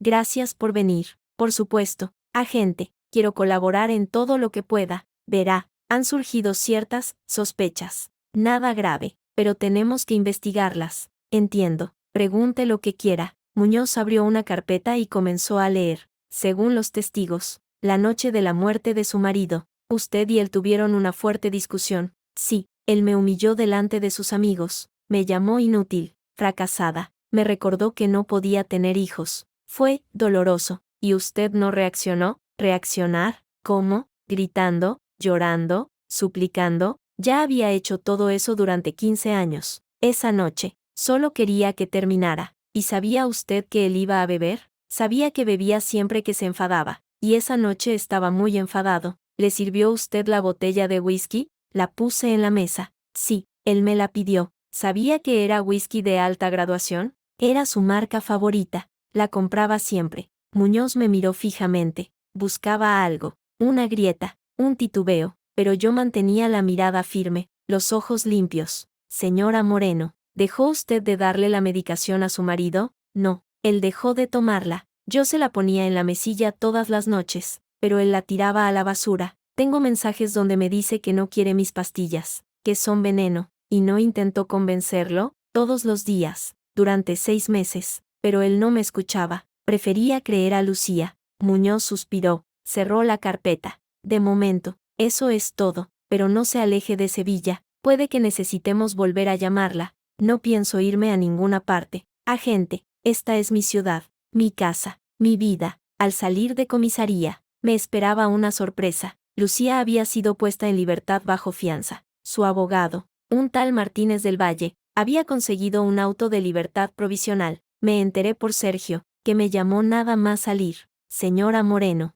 la han soltado. ¿Cómo? Ha pagado una fianza de 50.000 euros. Su familia ha vendido un piso para reunir el dinero. ¿Dónde está ahora? En su casa, pero le aconsejo que no se acerque. Está furiosa. Dice que usted tiene la culpa de todo. Yo, sonreí. Qué curioso. Siempre soy yo la culpable. Señora Moreno, tenga cuidado. Esta mujer es peligrosa. No más que yo, Sergio. No más que yo. Esa noche, mientras cenaba sola en casa, sonó el timbre. Miré por la mirilla y sentí un escalofrío. Era Lucía. Estaba sola, sin escolta, sin abogado. Vestía vaqueros y una camiseta blanca, el pelo recogido en una coleta. Tenía los ojos hinchados de llorar, pero en su mirada había algo más, rabia. Abrí la puerta. ¿Qué quieres? Hablar contigo. No tenemos nada que hablar. Sí, tenemos. Ábreme, Olga. No voy a hacerte daño. Solo quiero entender. Dudé un momento, luego abrí la puerta y la dejé pasar. Entró en el salón y miró a su alrededor. La casa que había sido de Alejandro, la casa que ella había soñado ocupar, ahora era mía. Siéntate, dije, señalando el sofá. Ella obedeció. Yo me senté enfrente, en el sillón que solía ocupar Alejandro. Dime qué quieres. Quiero saber por qué, dijo ella, con voz temblorosa. ¿Por qué lo dejaste morir? Yo no lo dejé morir. Él se mató solo. Tú sabías lo de su corazón. Sabías que no podía beber. Sabías que necesitaba la medicación. Y no hiciste nada. Hice todo lo que pude durante 15 años, respondí, manteniendo la calma. Le di medicación, le di cuidados, le di amor, pero él prefirió irse contigo, prefirió creer tus mentiras. No eran mentiras, dijo ella, negando con la cabeza. Yo lo amaba. ¿Amarlo? Reí amargamente. Tú lo usaste para salir de tus deudas, para tener un hombre rico que te mantuviera. No lo amabas, lo necesitabas. Tú no sabes nada. Sé que le pediste que firmara un seguro de vida a tu nombre. Sé que le pediste que te transfiriera 200.000 euros. Sé que le pediste que te firmara un contrato de arrendamiento. Eso no es amor, Lucía. Eso es negocio. Ella se quedó en silencio. Las lágrimas corrían por sus mejillas. Estaba desesperada, susurró. Mi negocio se hundía. Mis deudas me ahogaban. Y él prometía ayudarme, pero nunca cumplía. Y por eso lo mataste. Yo no lo maté, gritó, levantándose. Se durmió en el jacuzzi. Fue un accidente. Fue negligencia, dije, levantándome también. Sabías que había bebido. Sabías que tenía el corazón débil, y lo dejaste solo durante 40 minutos. Tú lo provocaste, gritó ella, señalándome con el dedo. Tú hiciste que bebiera. Tú sabías lo que iba a pasar. Yo, puse cara de inocencia. Yo solo fui su esposa. Tú fuiste su amante. Tú lo tuviste en tu poder la noche que murió. Tú eres la responsable. Lucía dio un paso hacia mí, los puños apretados. Por un momento, pensé que iba a golpearme, pero se detuvo. Te voy a denunciar, dijo, con voz temblorosa. Voy a contarles a todos lo que hiciste. ¿Denunciarme? Sonreí. ¿Con qué pruebas? ¿Con tus palabras contra las mías? Tú, la amante, contra mí, la viuda. ¿Quién crees que te va a creer? Tengo los mensajes, los que me enviabas, amenazándome. ¿Amenazas? Yo nunca te amenacé. Te pedí que dejaras a mi marido. Eso no es una amenaza. Es una súplica. Lucía abrió la boca para responder, pero no encontró las palabras. Se dio la vuelta y caminó hacia la puerta. Antes de salir, se giró. Esto no ha terminado, Olga. Esto no ha terminado. Oh, sí que ha terminado, respondí. Ha terminado para ti, para mí. Acaba de empezar. Cerré la puerta tras ella y me quedé quieta un momento. Luego sonreí. Las semanas siguientes fueron un torbellino. Me hice cargo de la empresa de Alejandro, que resultó estar en peores condiciones de lo que imaginaba. Había deudas, proyectos paralizados, empleados desmotivados, pero yo estaba decidida a sacarla adelante. Convoqué una reunión con los directivos. Eran todos hombres, todos mayores que yo, todos acostumbrados a tratar con Alejandro. Me miraron con desconfianza, con ese aire de superioridad que solo los hombres de negocios saben adoptar. Señores, dije, sentada en la cabecera de la mesa, sé que mi presencia aquí es una sorpresa, pero soy la dueña de esta empresa, y pienso gestionarla personalmente. Señora Moreno, dijo uno de ellos, un tal Gómez, director financiero, con todo respeto, usted no tiene experiencia en el sector de la construcción. No la tengo, admití, pero tengo 15 años viendo a mi marido dirigir esta empresa. He estado en las cenas con los clientes, en las reuniones con los proveedores, en las llamadas con los bancos. Sé cómo funciona esto. No es lo mismo observar que hacer. Tiene razón, pero también sé que esta empresa está al borde de la quiebra, y sé que usted, Gómez, ha estado desviando fondos a una cuenta personal durante los últimos 2 años. El silencio se hizo absoluto. Gómez palideció. Eso es una acusación grave. Es una acusación documentada, dije, sacando una carpeta de mi bolso. Tengo los extractos bancarios, las transferencias, los correos electrónicos. Puedo llevarlo a la fiscalía si lo desea. Gómez tragó saliva. Los demás directivos lo miraron con incredulidad. ¿Qué quiere?, preguntó él, con voz ronca. Quiero que devuelva el dinero, y quiero su dimisión. Si lo hace, olvidaré todo esto, y si no lo hago, entonces, iré a la policía, y también al colegio de economistas. Veremos cuánto dura su carrera. Gómez bajó la cabeza. Sabía que había perdido. Acepto, dijo, en un susurro. Los demás directivos me miraron con otros ojos. Ya no era la viuda desconsolada, era la nueva dueña, y no pensaba dejarme pisar. Un mes después, la empresa estaba saneada. Había despedido a los empleados corruptos, renegociado las deudas con los bancos, y conseguido nuevos contratos. Los beneficios empezaban a remontar. También me había ocupado de Lucía. Su centro de masajes había sido clausurado por falta de licencia. Sus deudas la habían llevado a la bancarrota, y su abogado, Martínez del Valle, había renunciado al caso después de que yo presentara pruebas de que ella había intentado estafar a Alejandro. La vi una tarde, en la calle Sierpes. Iba desaliñada, el pelo sucio, la mirada perdida. Me reconoció y se detuvo. Mírate, dijo, con voz cargada de odio. Tan feliz, tan rica, tan perfecta. Mírate tú, respondí, tan sola, tan pobre, tan derrotada. Tú tienes la culpa de todo. No, Lucía, tú tienes la culpa de todo. Tú decidiste acostarte con un hombre casado. Tú decidiste mentirle, manipularle, usarle. Tú decidiste dejarlo solo en un jacuzzi mientras se ahogaba. Yo solo fui su esposa. Una esposa que lo odiaba. No lo odiaba, dije, y sorprendentemente, era cierto, lo despreciaba. ¿Qué es diferente? Lucía negó con la cabeza, dio media vuelta y se alejó calle abajo. La vi perderse entre la multitud, una figura más entre las sombras de Sevilla, y supe, con una certeza absoluta, que nunca volvería a verla. Esa noche, sola en mi ático de Santa Cruz, brindé con una copa de vino tinto, miré las luces de la ciudad, el reflejo de la Giralda en la distancia, el cielo estrellado sobre Sevilla. Había ganado todo, pero en el fondo, sabía que la victoria no me devolvería los 15 años perdidos, no borraría las humillaciones, las lágrimas, las noches en vela, no me daría los hijos que no pude tener, pero me daba algo mejor, libertad, y mientras el vino se deslizaba por mi garganta, sentí que, por primera vez en mi vida, estaba completa. A la mañana siguiente, recibí una llamada del doctor Jiménez. Olga, tengo noticias. La familia de Alejandro ha retirado la impugnación de la herencia. Se rinden. ¿Por qué? Porque han visto las pruebas, han visto los mensajes, las fotos, los testimonios. Saben que no pueden ganar. ¿Y Lucía? Lucía ha desaparecido. Se ha ido de Sevilla. Nadie sabe dónde está.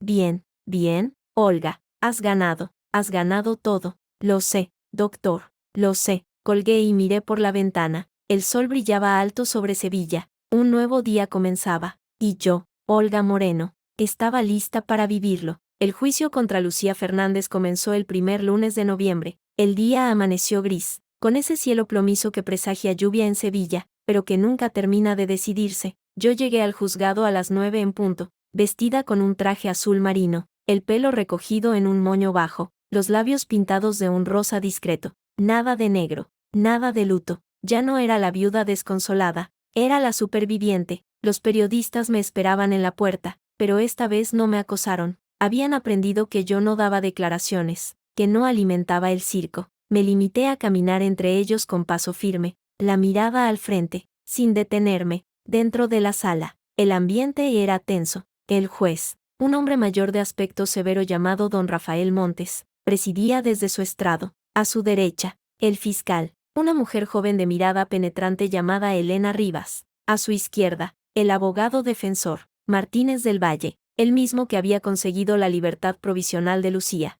Y en el banquillo de los acusados, Lucía, la vi y sentí una punzada de satisfacción. Estaba demacrada, los ojos hundidos, la piel cetrina, llevaba el pelo suelto y desgreñado, y un vestido negro que le colgaba como si hubiera perdido peso. Ya no era la mujer exuberante que había seducido a Alejandro, era un fantasma de lo que había sido. Señoría, comenzó el fiscal, vamos a demostrar que la acusada, Lucía Fernández, es responsable de la muerte de Alejandro Moreno por negligencia grave. Conocía su estado de salud, sabía que había consumido alcohol en exceso, y aún así lo dejó solo en un jacuzzi durante más de 40 minutos. ¿Eso es falso?, interrumpió Martínez del Valle. Mi clienta no sabía que el fallecido tenía problemas cardíacos. Él nunca se lo mencionó. Tenemos pruebas de lo contrario, respondió el fiscal. Mirándome, me llamaron al estrado. Juré decir la verdad, y mientras lo hacía, sentí que las palabras se deslizaban por mi garganta con una facilidad que me sorprendió.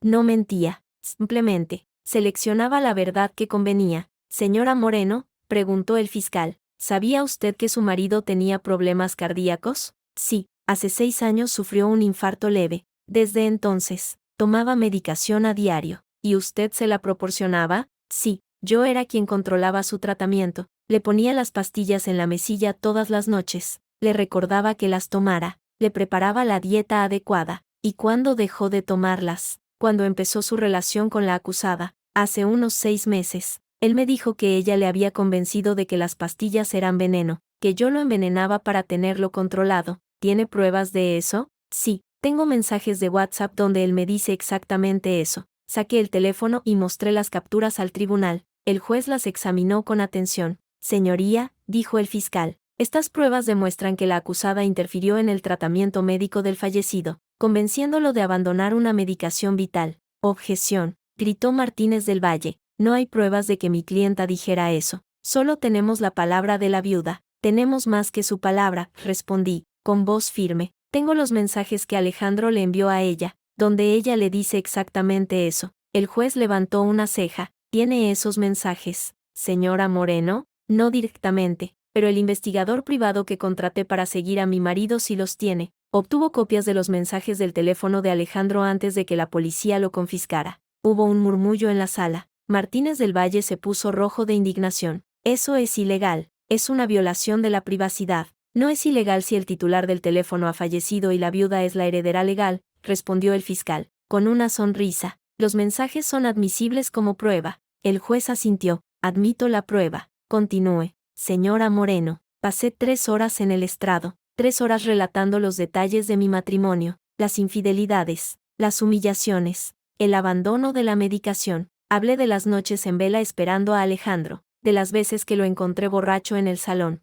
de las discusiones en las que me llamaba inútil, fracasada, frígida. Hablé de los abortos espontáneos, de las visitas al médico, de los tratamientos de fertilidad que él se negó a pagar. Hablé de la soledad, del vacío, de la sensación de ser invisible, y cuando terminé, vi que incluso el juez tenía los ojos humedecidos. Señora Moreno, dijo el fiscal, ¿cree usted que la acusada es responsable de la muerte de su marido? Sí, respondí, sin dudar. Ella sabía que él tenía el corazón débil. Ella le animó a dejar la medicación. Ella le sirvió alcohol sabiendo que no debía beber. y ella lo dejó solo en un jacuzzi durante 40 minutos. Si eso no es negligencia, no sé qué lo es. ¿Y usted la odia?, preguntó el fiscal, con una sonrisa. No, dije, y sorprendentemente, era cierto, no la odio. La desprecio, pero no la odio. El odio consume, y yo ya he perdido bastante tiempo con esta historia. El turno de la defensa fue brutal. Martínez del Valle intentó desmontar mi testimonio por todos los medios. Señora Moreno, ¿contrató usted a un investigador privado para seguir a su marido? Sí. ¿Desde cuándo? Desde que descubrí su infidelidad, hace 6 meses. ¿Y no cree que eso demuestra que usted planeaba algo? ¿Que estaba buscando pruebas para perjudicarlo? No buscaba perjudicarlo, buscaba protegerme. Él había amenazado con dejarme sin nada en el divorcio. Necesitaba pruebas para defender mis derechos. O para vengarse. No me iba a vengar. Iba a obtener lo que me correspondía por ley. ¿Y sabía usted que su marido tenía el corazón débil? Sí, ya lo he dicho. ¿Y sabía que el alcohol podía matarlo? Sí, por eso le rogaba que no bebiera. Pero él no me escuchaba. ¿O quizá usted quería que bebiera? ¿Quizá usted provocó la discusión esa noche para que él se enfadara y bebiera más? No, respondí, manteniendo la calma. Yo no quería que bebiera. Yo quería que se quedara en casa, que habláramos, que intentáramos salvar nuestro matrimonio, pero él ya había tomado su decisión. ¿Y usted no hizo nada para impedir que se fuera? ¿Cómo iba a impedirlo? Era un hombre adulto. No podía atarlo a la cama. Podría haber llamado a la policía. Podría haberlo denunciado por conducir ebrio. No pensé en eso. Estaba demasiado dolida. Martínez del Valle sonrió, como si hubiera encontrado la grieta que buscaba. ¿Dolida o furiosa? Las dos cosas, admití. Estaba dolida y furiosa, pero no lo suficiente como para desearle la muerte. ¿Está segura? Completamente. El abogado me miró fijamente, buscando algo en mis ojos, pero no encontró nada, porque lo que yo sentía no era miedo, ni culpa, ni arrepentimiento. Era una certeza absoluta de que había hecho lo correcto. El juicio duró 3 días, declararon los amigos de Alejandro, los empleados del centro de masajes, los paramédicos que intentaron reanimarlo. Cada testimonio apuntalaba mi versión de los hechos. El momento culminante llegó cuando el fiscal presentó las imágenes de las cámaras de seguridad del centro de masajes. En ellas se veía a Lucía sirviendo champán a Alejandro, ayudándolo a meterse en el jacuzzi, y luego saliendo de la habitación. 40 minutos después, volvía y encontraba el cuerpo. Señoría, dijo el fiscal, estas imágenes demuestran que la acusada dejó solo al fallecido durante un periodo prolongado de tiempo, a sabiendas de que había consumido alcohol y de que se encontraba en un estado de vulnerabilidad. Objeción, gritó Martínez del Valle. Mi clienta no podía saber que él se iba a dormir. Podía y debía saberlo, respondió el fiscal. El fallecido había bebido una cantidad considerable de alcohol. Cualquier persona razonable habría sabido que existía un riesgo de que se durmiera. El juez asintió. Desestimo la objeción. Continúe. El tercer día, el jurado se retiró a deliberar. Yo esperé en los pasillos del juzgado, sentada en un banco de madera, las manos apoyadas en las rodillas. No estaba nerviosa. Sabía que había ganado. A mi lado, el doctor Jiménez revisaba unos papeles. Olga, pase lo que pase, has hecho un buen trabajo. Lo sé, pero tienes que prepararte para lo peor. Si la declaran inocente, no lo harán. ¿Cómo puedes estar tan segura? Porque la verdad está de mi lado. Mentía, pero mentía bien. La verdad no estaba de mi lado. La verdad era que yo había creado las condiciones para que Alejandro muriera, pero había construido mi historia con tanto cuidado, con tanta precisión, que nadie podía ver las grietas. 2 horas después, el jurado volvió. El juez pidió silencio en la sala. ¿Ha llegado el jurado a un veredicto? Sí, señoría, dijo el portavoz. Un hombre mayor de barba blanca. Encontramos a la acusada, Lucía Fernández, culpable de homicidio imprudente. La sala estalló en murmullos. Lucía se derrumbó en el banquillo, agarrada a la barandilla, los ojos desorbitados. No, gritó, yo no lo maté, fue ella, fue Olga. Orden en la sala, golpeó el juez con el mazo. Señorita Fernández, si no se calla, la haré desalojar. Ella lo planeó todo, siguió gritando Lucía, señalándome con el dedo. Ella sabía que iba a morir, ella quería que muriera. Orden, volvió a golpear el juez. Agentes, retiren a la acusada. 2 policías se acercaron a Lucía y la sacaron de la sala, forcejeando, gritando improperios. La puerta se cerró tras ellos y el silencio volvió. El juez me miró. Señora Moreno, lamento que haya tenido que presenciar esto. No se preocupe, señoría, estoy bien. El tribunal dictamina que la acusada deberá cumplir una condena de 8 años de prisión, y deberá indemnizar a la viuda con 500.000 euros por daños morales y pérdida del sostén familiar. Asentí, sin mostrar emoción. 8 años, 500.000 euros. La ruina total de Lucía. Salí del juzgado entre una nube de periodistas. Esta vez, sí acepté responder algunas preguntas. Señora Moreno, ¿cómo se siente? Siento que se ha hecho justicia. ¿Cree que la condena es suficiente? Ninguna condena devolverá la vida a mi marido, pero al menos, su muerte no quedará impune. ¿Qué va a hacer ahora? Seguir adelante, gestionar la empresa, cuidar de mi suegra, vivir mi vida. ¿No siente odio hacia Lucía?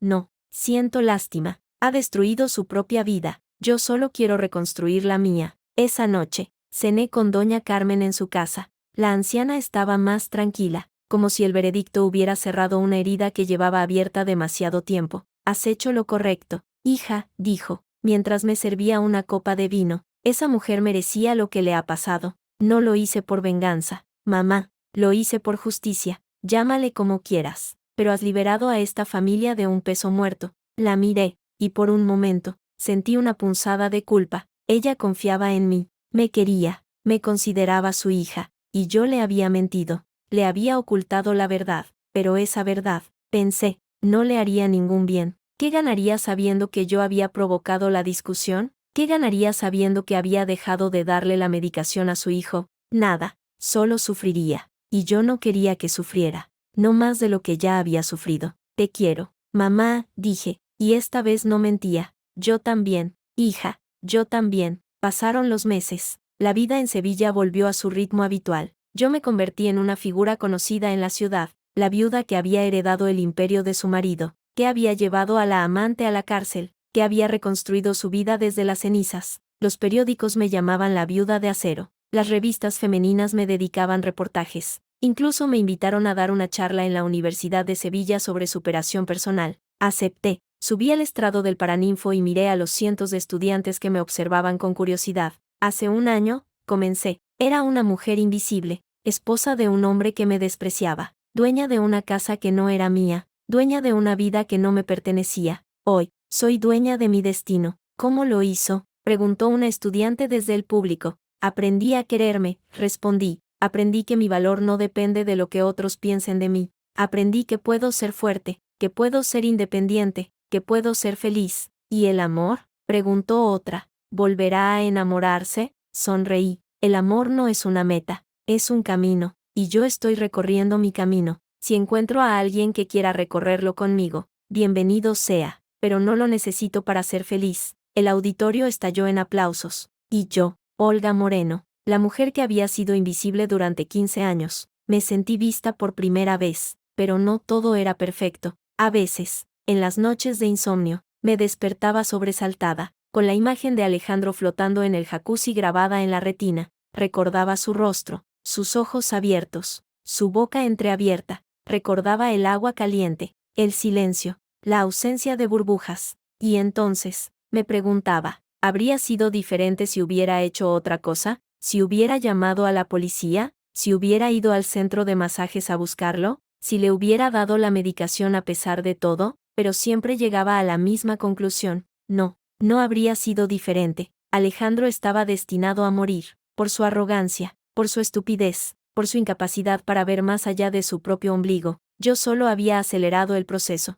le había dado un pequeño empujón hacia el abismo, y no me arrepentía. Una tarde, recibí una carta. Venía de la cárcel de mujeres de Alcalá de Guadaira, donde Lucía cumplía su condena. La abrí con manos temblorosas. Olga, sé que no tengo derecho a pedirte nada, sé que te hice mucho daño, pero necesito que sepas que no fue intencionado. Yo no quería que Alejandro muriera, lo quería, de verdad, pero también sé que tú lo sabías. Sabías que él iba a morir, y no hiciste nada para evitarlo. No te odio, te entiendo, porque si yo hubiera estado en tu lugar, probablemente habría hecho lo mismo. Espero que seas feliz, te lo mereces más que yo, Lucía. Leí la carta 3 veces, luego la rompí en pedazos pequeños y los tiré a la basura. No necesitaba su perdón, no necesitaba su comprensión, no necesitaba nada de ella. Había ganado, y había ganado limpia. Bueno, no del todo limpia, pero lo suficientemente limpia como para mirarme al espejo y no sentir vergüenza.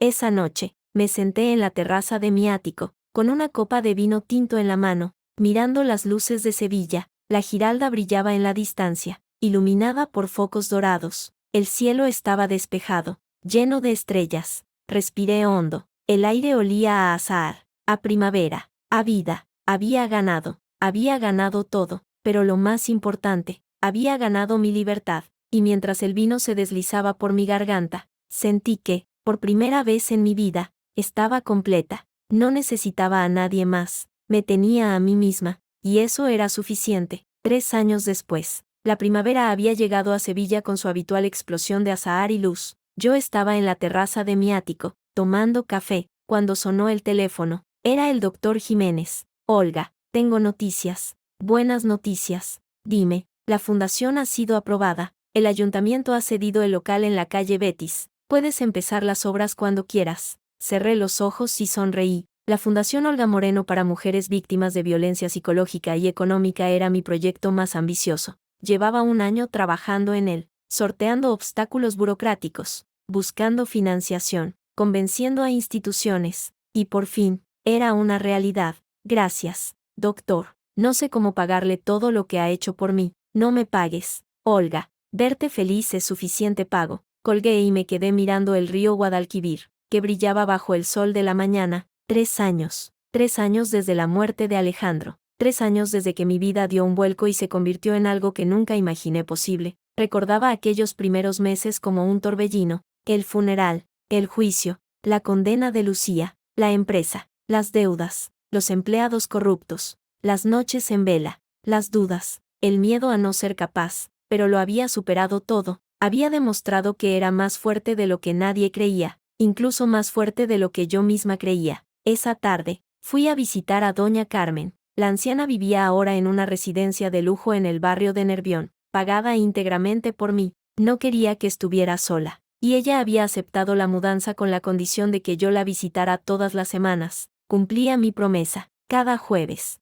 a las 5, estaba allí. Hija mía, me dijo cuando entré en su habitación. Cada día estás más guapa. Usted también, mamá, cada día más joven. No me halagues, que ya estoy mayor para esas cosas. Me senté a su lado y le cogí la mano. Estaba más delgada, más frágil, pero sus ojos seguían brillando con esa inteligencia aguda que tanto admiraba en ella. He visto las noticias, dijo. Tu fundación. Estoy orgullosa de ti. Gracias, mamá. Sabes, a veces pienso que todo pasó por algo, que Alejandro tuvo que morir para que tú pudieras vivir. No diga eso, es la verdad. Él te tenía atada, te tenía sometida, y tú eras demasiado buena para darte cuenta, o demasiado cobarde. La miré, sorprendida por su franqueza. No era cobarde, mamá, estaba perdida, y ahora te has encontrado. Eso es lo importante. Doña Carmen suspiró y miró por la ventana. ¿Sabes qué echo de menos?, preguntó. ¿El qué?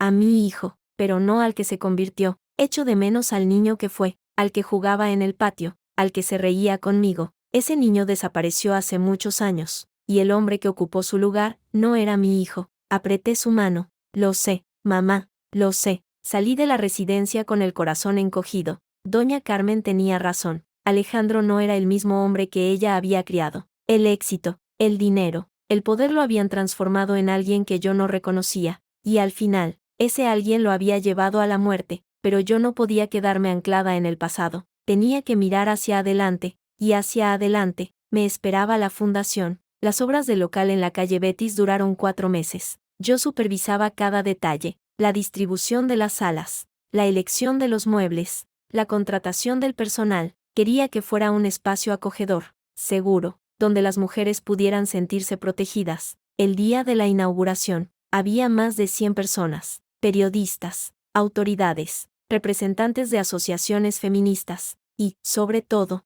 mujeres que habían sufrido lo mismo que yo, que habían sido invisibles, que habían sido silenciadas. Subí al estrado y miré al público. Allí estaba el doctor Jiménez, orgulloso como un padre. Allí estaba doña Carmen, sentada en primera fila, con los ojos brillantes. Allí estaban los empleados de la empresa, los amigos que había hecho en estos 3 años. Y allí estaba yo. Buenas tardes, comencé, con voz firme. Hoy es un día especial para mí, no porque inauguremos un edificio, sino porque inauguramos una esperanza. El público aplaudió. Hace 3 años, yo era una mujer invisible, estaba casada con un hombre que me despreciaba, que me humillaba, que me hacía sentir que no valía nada, y yo me lo creía. Me creía que era inútil, que era fracasada, que no merecía ser feliz. Hice una pausa, sentí que la emoción me embargaba, pero la controlé, hasta que un día, algo cambió. Me di cuenta de que no necesitaba su aprobación para ser valiosa, me di cuenta de que podía ser fuerte, independiente, dueña de mi destino,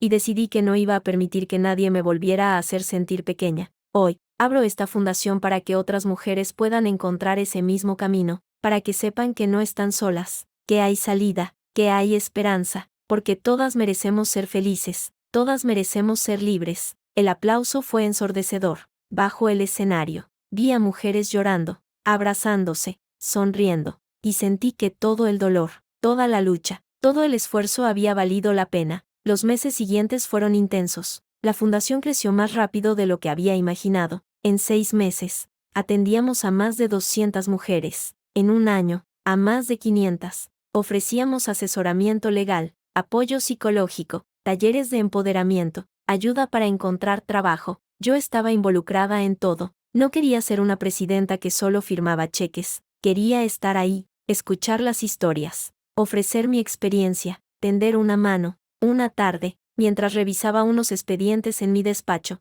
llamaron a la puerta. Adelante, entró una mujer joven, de unos 30 años, morena, con el rostro marcado por el sufrimiento. Llevaba a un niño de la mano, un pequeño de unos 4 años que miraba a su alrededor con curiosidad. «¿Señora Moreno?», preguntó, con voz temblorosa. «Sí, soy yo. Siéntese, por favor». Se sentó frente a mí, con el niño en el regazo, bajó la mirada, como si le costara hablar. «Me llamo Sara, Sara Jiménez. He venido porque necesito ayuda. Cuénteme, mi marido me pega. Desde que nos casamos. Al principio solo eran gritos, luego empujones, luego, señaló un moratón en su brazo. Esto, apreté los labios. No era la primera historia así que escuchaba. ¿Ha denunciado? No, tengo miedo. Dice que si lo denuncio, me quitará a mi hijo, que tengo pruebas de que soy mala madre. ¿Y usted cree que es mala madre? No lo sé. Él me dice que sí, que no sé cuidarlo, que no sé educarlo, que no merezco ser madre. La miré fijamente. Vi en sus ojos el mismo vacío que yo había tenido durante años. La misma duda, el mismo miedo, la misma sensación de no ser suficiente. Sara, escúcheme bien. Usted no es mala madre. Usted es una mujer que está siendo maltratada, y su hijo necesita que usted sea fuerte, que lo proteja, que le demuestre que hay otra forma de vivir. Pero tengo miedo. Lo sé, yo también tuve miedo, pero el miedo se supera, paso a paso, y nosotros estamos aquí para ayudarla. Sara rompió a llorar. El niño, al verla, también empezó a llorar. Me levanté, rodeé la mesa y me arrodillé frente a ellos. Vamos a hacer un plan, dije, con voz suave pero firme. Primero, vamos a buscar un lugar seguro para usted y su hijo. Luego, vamos a denunciar. Y luego, vamos a reconstruir su vida. ¿De acuerdo? Ella asintió, entre sollozos. Gracias, susurró. Gracias. Esa noche, llegué a casa agotada pero satisfecha. Me preparé una cena ligera y me senté en la terraza, como hacía siempre que necesitaba pensar.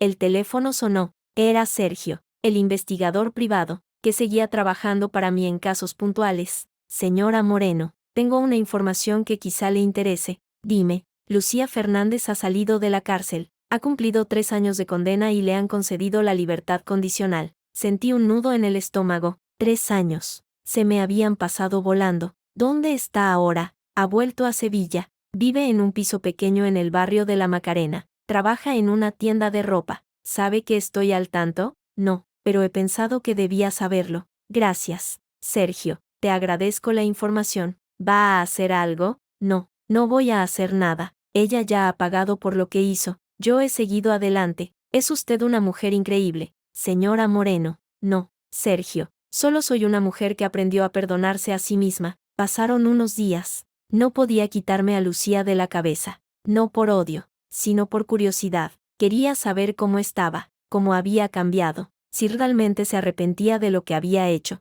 Un jueves, después de visitar a doña Carmen, decidí pasar por el barrio de la Macarena. No sabía qué iba a hacer. Quizás solo quería verla, confirmar que existía, que no era un fantasma de mi pasado. La encontré en la tienda de ropa donde trabajaba. Estaba detrás del mostrador, doblando camisetas, con el pelo recogido en una coleta y una expresión seria en el rostro. Llevaba vaqueros y una camiseta blanca. Nada que ver con la mujer exuberante que había conocido. Entré en la tienda. Ella levantó la vista y se quedó paralizada. Olga, dijo, en un susurro. Lucía. Hubo un silencio incómodo. Los pocos clientes que había en la tienda nos miraron con curiosidad. ¿Qué haces aquí?, preguntó ella, con voz tensa. No lo sé. Supongo que necesitaba verte. ¿Para qué? ¿Para humillarme? ¿Para recordarme lo que perdí? No, para ver si estás bien. Ella soltó una risa amarga. ¿Bien? He estado 3 años en la cárcel. He perdido mi negocio, mi casa,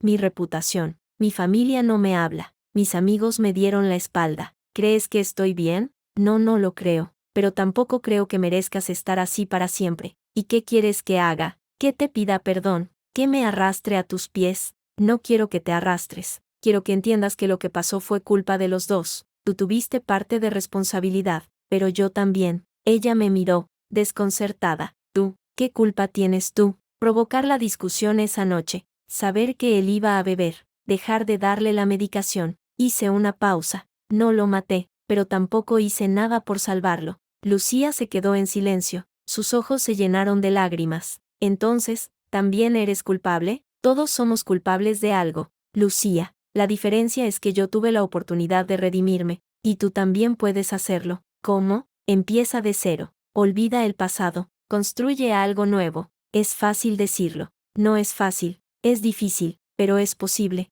Yo lo hice. Lucía bajó la mirada. Las lágrimas corrían por sus mejillas. Lo siento, susurró. Lo siento por todo. Por Alejandro. Por ti. Por el daño que hice. Lo sé, respondí. Y te perdono. Salí de la tienda sin mirar atrás. El sol brillaba alto sobre Sevilla, calentando las calles empedradas de la Macarena. Caminé sin rumbo, sintiendo que un peso se había levantado de mis hombros. Había perdonado a Lucía, no por ella, sino por mí, porque el rencor es una carga demasiado pesada para llevarla toda la vida. Esa noche, recibí una llamada inesperada. Era el Museo de Bellas Artes de Barcelona. Querían exponer mis cuadros. ¿Mis cuadros?, pregunté, sorprendida. Pero si solo pinto por hobby, señora Moreno. Sus obras tienen una calidad excepcional. Hemos visto las que expuso en la Galería de Sevilla el año pasado. Queremos ofrecerle una exposición individual. Acepté, sin pensarlo 2 veces. La exposición se llamó Renacer. 20 cuadros que narraban mi viaje desde la oscuridad hasta la luz, desde el infierno del matrimonio con Alejandro hasta la libertad de mi nueva vida. El día de la inauguración, el museo estaba lleno. Críticos de arte, coleccionistas, periodistas, y, sobre todo,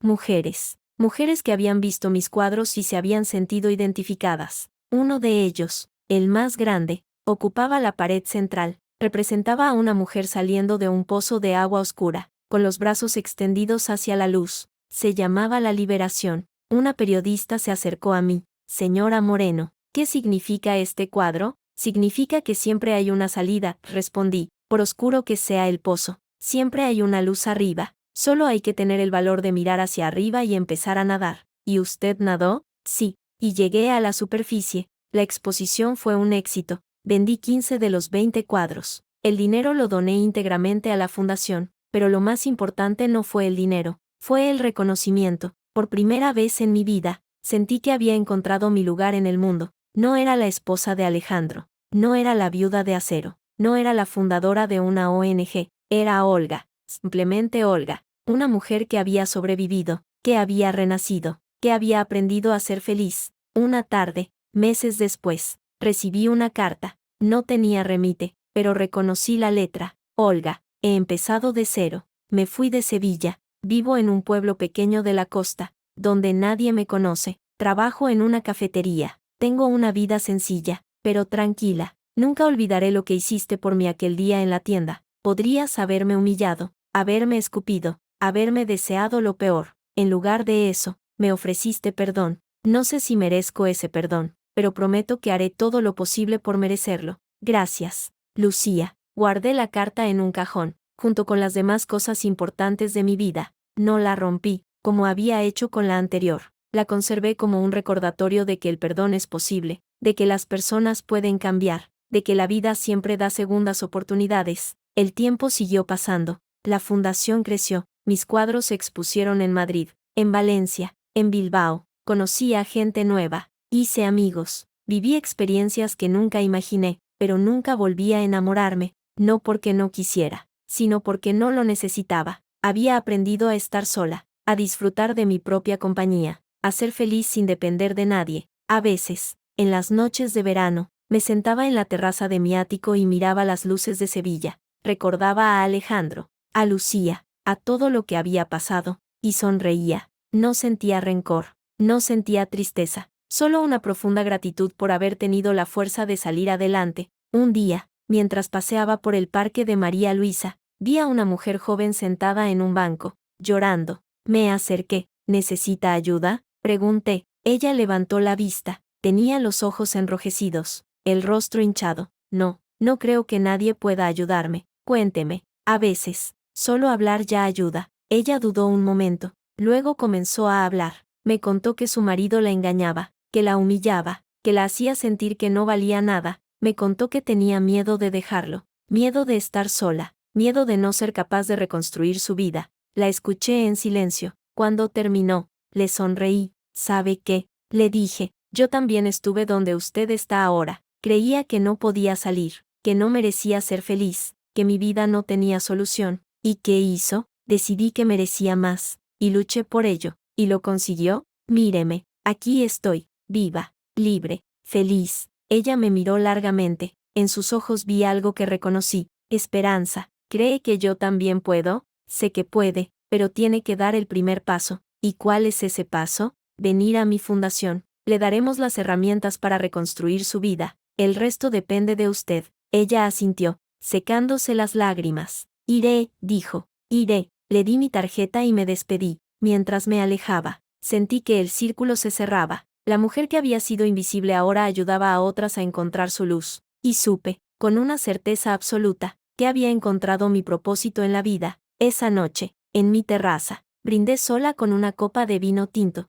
Miré las estrellas, el reflejo de la luna en el Guadalquivir, las luces de la Giralda en la distancia. Había recorrido un largo camino desde aquella noche en que Alejandro murió. Había pasado por el dolor, la rabia, la venganza, el perdón. Había aprendido a quererme, a valorarme, a ser dueña de mi destino. Y ahora, por fin, estaba en paz. Gracias, Alejandro, susurré al viento. Sin tu traición, nunca habría encontrado mi libertad. El viento agitó mi pelo, como una respuesta, y yo sonreí, sintiendo que la vida, al final, siempre encuentra la manera de compensarte, porque después de la tormenta, siempre llega la calma, después de la noche, siempre llega el amanecer, y después de la muerte, siempre llega el renacer. Yo había renacido, y nada ni nadie podría volver a apagar mi luz.